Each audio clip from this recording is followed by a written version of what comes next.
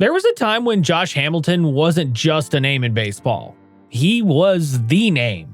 A five-time All-Star, an MVP, and a World Series hero, Hamilton's talent was undeniable. His bat brought crowds to their feet, his story of redemption inspired millions, and his performance in the Home Run Derby at Yankee Stadium remains one of the most iconic moments in MLB history. But just as quickly as he rose to the top, Hamilton's career and his life crumbled. Behind the highlights and trophies was a battle far darker than anyone realized. How did one of baseball's most celebrated stars become one of its most tragic cautionary tales? Today, we unravel the story of Josh Hamilton, his meteoric rise, his shocking fall, and the lessons left behind. Obviously, you guys see I have tattoos. Do I wish I didn't have tattoos? Absolutely. But at the same time, that's part of my story now. Josh Hamilton's story starts in Raleigh, North Carolina in 1981. Even as a child, it was clear Josh wasn't ordinary. His parents, Tony and Linda, dedicated their lives to nurturing his baseball talent. By high school, Josh was a physical marvel, standing 6 feet 4 inches, wearing size 19 shoes, and throwing a 97-mile-per-hour fastball that had scouts salivating. The Tampa Bay Devil Rays, in only their second season as an MLB franchise, made Hamilton the first overall pick in the 1999 draft. With a record-breaking $3.96 million signing bonus, Hamilton was labeled as baseball's next superstar. He dominated in the minors, earning awards and headlines, and Tampa Bay was convinced they had a generational talent. In February 2001, Josh Hamilton's career was moving full speed ahead. Fresh off a stellar first season in the minors, he seemed destined for greatness as he prepared for another year of baseball. But everything came to a screeching halt on February 28, 2001. That evening, Josh and his parents were driving home from a spring training game in St. Petersburg, Florida. As they approached an intersection, a dump truck ran a red light at 40 miles per hour, smashing into the family's pickup truck. The collision was devastating. Josh's parents, Tony and Linda, sustained injuries and were rushed to the hospital. Josh, however, appeared to be unharmed. A miracle, it seemed, given the severity of the crash. But the real damage was hidden. In the days that followed, Josh began experiencing agonizing back pain, which he described as feeling like he was being stabbed repeatedly. The pain was debilitating enough to land him on the disabled list, taking him off the field during a crucial time in his development. What made the situation even worse was the emotional toll. His parents, who had been his rock and constant companions, returned to North Carolina to recover from their injuries. For the first time in his life, Josh was completely alone. No baseball, no parents, no structure. The isolation weighed heavily on him. With no outlet for his frustration, boredom, or pain, Hamilton sought comfort elsewhere. He wandered into a Florida tattoo parlor where he not only got over 20 tattoos, but also began drinking for the first time. What started as a distraction from his pain quickly escalated into something far more dangerous, as drugs like cocaine soon entered the picture. By the mid-2000s, Josh Hamilton seemed destined to be remembered as a tragic what-could-have-been story.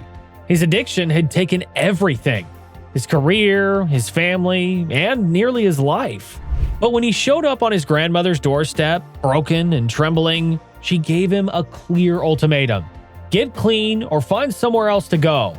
Hamilton started attending rehab meetings and eventually reconnected with former coach Roy Silver, who offered him a chance to train at his Florida Baseball Academy on the condition that Josh work as a groundskeeper.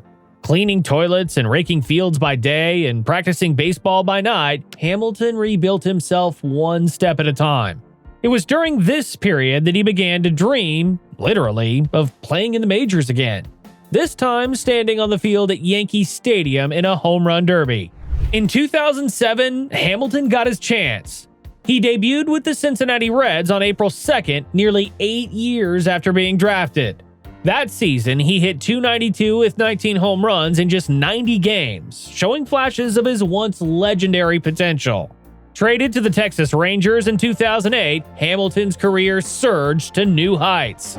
At the 2008 Home Run Derby at Yankee Stadium, he fulfilled the dream he'd once had, crushing 28 home runs in a single round and captivating fans around the world. For Hamilton, the Derby wasn't just a showcase of talent. It was proof that he could rise above his darkest moments and reclaim the life he almost lost. Josh Hamilton's 2010 season wasn't just a career highlight. It was one of the most dominant seasons in recent baseball history. Hamilton hit an eye-popping .359, the best batting average in baseball, and led the league in slugging percentage at .633 and OPS at 1.044. Despite missing 29 games due to a rib injury, he still smashed 32 home runs and drove in 100 RBIs, earning an incredible 8.7 WAR, the highest in the league that year. In the 2010 ALCS against the Yankees, Hamilton was unstoppable. He hit 4 home runs in the series, driving in 7 RBIs and earning ALCS MVP honors. The Rangers celebrated their pennant win in a way that honored Hamilton's ongoing recovery, with ginger ale instead of champagne. It was a touching moment that reflected the team's support for their star player's journey. Though the Rangers fell to the San Francisco Giants in the World Series, Hamilton's impact was undeniable. The Giants pitchers neutralized the Rangers' offense, and Hamilton himself went just 2 for 20 with 1 home run, but his role in getting Texas to their first World Series was monumental. For Hamilton and the Rangers, it wasn't the fairy tale ending they had hoped for, but the season marked a breakthrough for the franchise, and a validation of Hamilton's incredible journey back to baseball's pinnacle. The following year, Hamilton and the Rangers were even better. Once again, they stormed through the playoffs, reaching the 2011 World Series against the St. Louis Cardinals. Hamilton's performance was solid, but his defining moment came in Game 6, one of the most dramatic games in baseball history. With the game tied in the 10th inning, Hamilton stepped to the plate and launched a towering 2-run home run to put the Rangers ahead. For a brief moment, it seemed like he had delivered the biggest hit of his career, a swing that would bring Texas their first World Series title. But fate had other plans.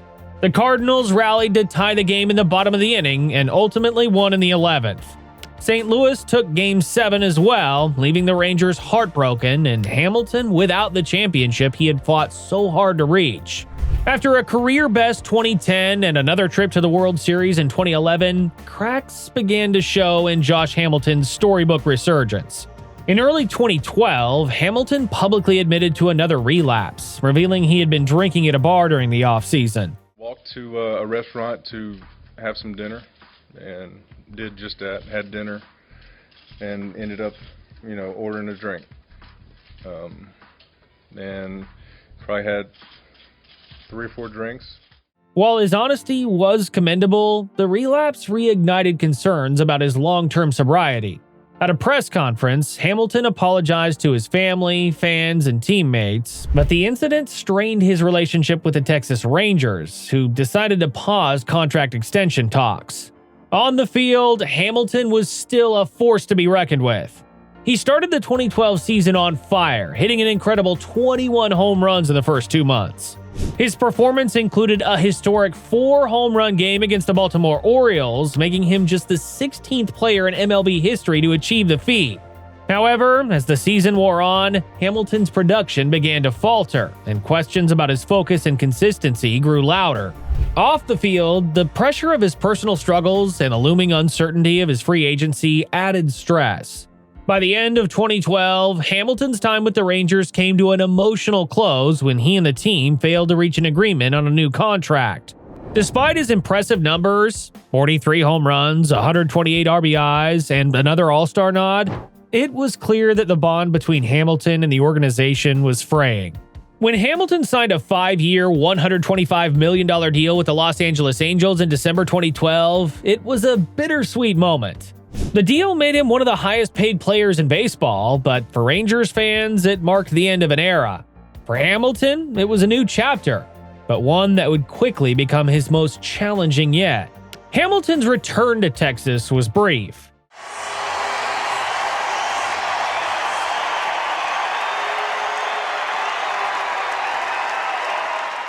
A series of knee injuries in 2016 ended his playing career for good. By the time he retired, Hamilton had hit 200 home runs and posted a career .290 batting average. But his time in baseball was short, marked by moments of brilliance and stretches of turmoil. In 2019, Hamilton was inducted into the Rangers Hall of Fame, a bittersweet recognition for a player whose legacy was complicated. That same year, he was arrested on child abuse charges, and in 2022, he pled guilty to unlawful restraint. Josh Hamilton's story is one of extremes. Unparalleled talent matched by unimaginable struggles. He achieved feats few players ever dream of, becoming an MVP and a symbol of redemption. Yet his demons always lingered, turning his career into a cautionary tale about the fragility of success. If you enjoyed this video, don't forget to like, comment, and subscribe to Baseball Spark for more deep dives into the incredible stories of America's pastime. Thanks for watching this episode of Baseball Spark.